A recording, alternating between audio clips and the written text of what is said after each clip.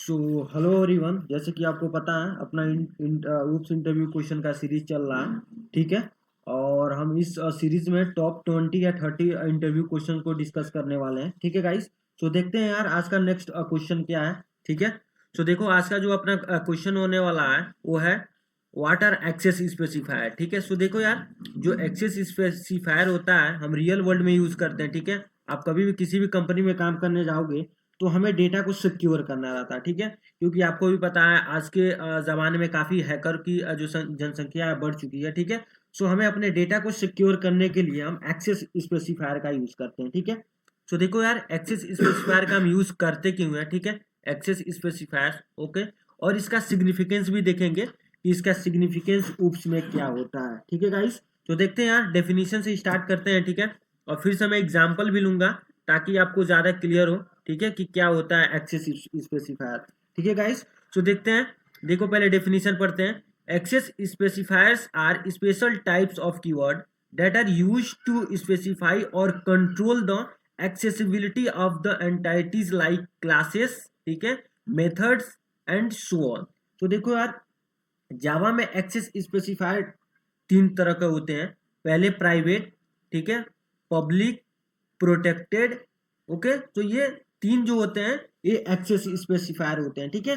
इन्हीं के हेल्प से हम अपने डेटा को कंट्रोल करते हैं। ठीक है। और इनकी एक्सेसिबिलिटी को कंट्रोल करते हैं, मतलब हम जो जितना चाहते हैं उतने ही डेटा एक्सेस हो पाता है। ठीक है।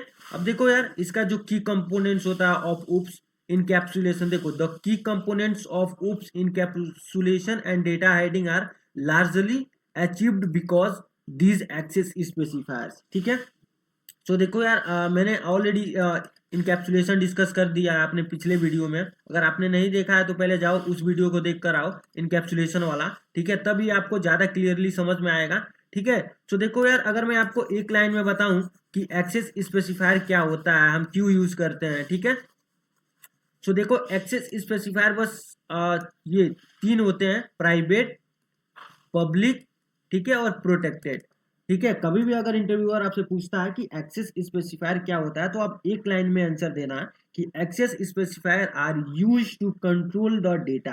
ठीक है। हम अपने डेटा को कंट्रोल करने के लिए एक्सेस स्पेसिफायर का यूज करते हैं। ठीक है। और ये कितने होते हैं, तीन टाइप्स के होते हैं। पहला क्या होता है, प्राइवेट, दूसरा पब्लिक, और तीसरा प्रोटेक्टेड। ठीक है गाइस। तो देखो यार, ये तो हो गया डेफिनेशन जो आप बताओगे ही बताओगे इंटरव्यूअर को। ठीक है। अब देखते हैं यार रियल वर्ल्ड में यूज हम कैसे करते हैं। जब आप एक डेवलपर बनोगे, कंपनी में काम करोगे, प्रोजेक्ट पे काम करोगे, तो आप कैसे इस डेफिनेशन को रिलेट कर पाओगे। ठीक है। अब चलते हैं हम अपने कोड एडिटर पे और एग्जांपल लेते हैं कोड एडिटर पे कि कैसे आप कोड करोगे। ठीक है। कैसे आप रियल वर्ल्ड सिनारियो से इसको कनेक्ट करोगे। ठीक है गाइस। तो देखो यार, ये कोड एडिटर है, इंटेलिजेंट आइडिया है। ठीक है। अगर आपने डाउनलोड नहीं किया है तो डाउनलोड कर लेना इसका फ्री वर्जन। ठीक है। अब देखो यार, हम देखते हैं इसका कोड कैसे करेंगे। ठीक है। मैं एक एग्जांपल लेता हूँ कोई। ठीक है। सो यहाँ पे मैं एक क्लास क्रिएट करता हूँ। मैंने एक क्लास क्रिएट किया, क्लास सम। ठीक है। क्लास मैंने एक सम क्रिएट किया है। ठीक है। और इसमें मैं दो वेरिएबल डिफाइन कर देता हूँ, int A is equal to 10, ठीक है, और int B is equal to 20। ठीक है गाइस। तो देखो यार, इंट ए और इंट बी हमने दो वेरिएबल रखा है। ठीक है। अभी इन दोनों वेरिएबल को मैं पब्लिक बनाता हूँ। ठीक है। पब्लिक पब्लिक बनाता हूँ। ठीक है। पब्लिक में बना देता हूँ पब्लिक। ठीक है। अब देखो यार, जो पब्लिक होता है, मैं इसका यूज भी बता देता हूँ आपको पहले कि जो पब्लिक होता है, जो पब्लिक कीवर्ड होता है, ठीक है, ये क्या करता है, अगर हम आप वेरिएबल के आगे पब्लिक लगाते हो तो इट इज एक्सेसिबल। ये जो होता है एक्सेसिबल होता है फ्रॉम एनीवेयर, फ्रॉम एनीवेयर। ठीक है। मतलब आप कहीं भी रहो, इस वेरिएबल को, पब्लिक वेरिएबल को आप एक्सेस कर सकते हो। ठीक है। क्लास के अंदर रहो, क्लास के बाहर रहो, आप एक्सेस कर सकते हो। ठीक है।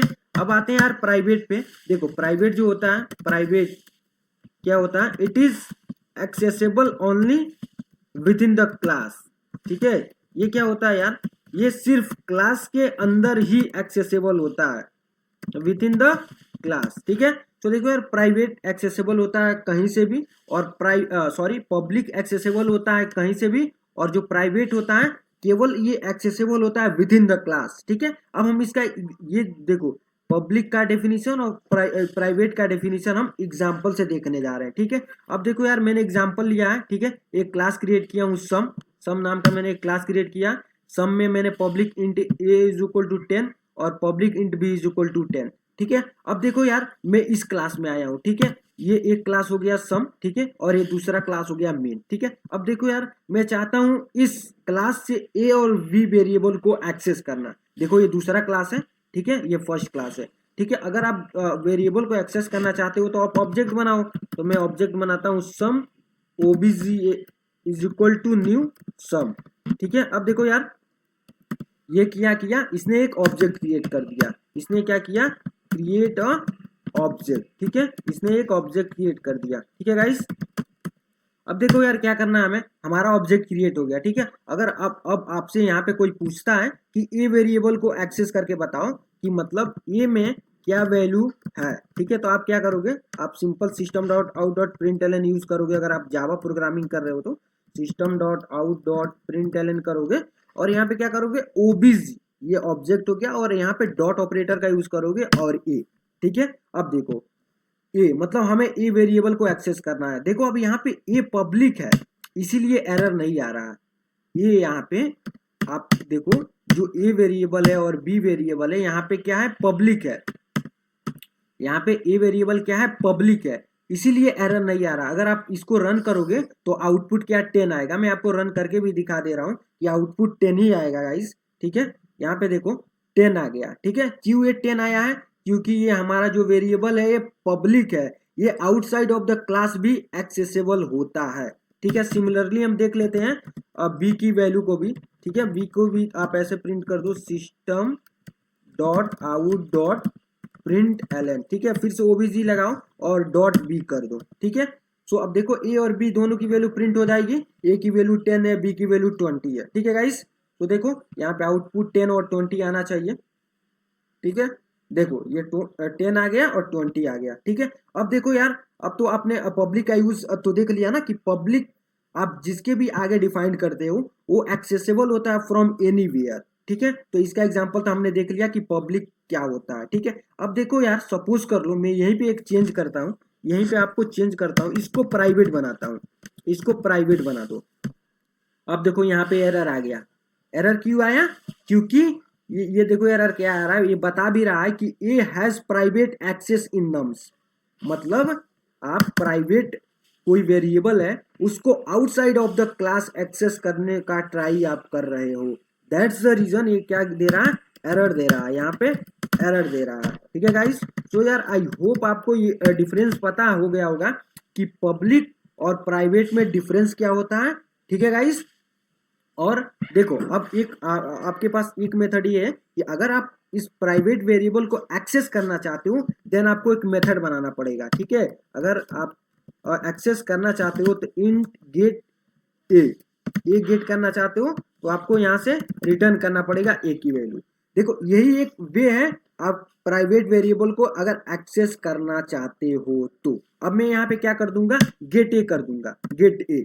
देखो गेट ए करूंगा तो वैल्यू तो 10 ही आएगी, लेकिन इस बार एरर नहीं आएगा, इस बार एरर नहीं आएगा। देखो 10 20 ही प्रिंट होगा, 10 20 ही प्रिंट होगा, लेकिन इस बार एरर नहीं आया। एरर क्यों नहीं आया, क्योंकि मैं मेथड को से उस वैल्यू को ले रहा हूँ, इस वेरिएबल को मैं मेथड से ले रहा हूँ रेदर देन कि इस एक्चुअल वैल्यू को एक्सेस करना, ठीक है गाइस। तो यार आई होप आपको डिफरेंस पता हो गया होगा कि पब्लिक में क्या डिफरेंस है और प्राइवेट में क्या डिफरेंस है, ठीक है गाइस। तो मिलते हैं नेक्स्ट वीडियो में, ठीक है। आज के लिए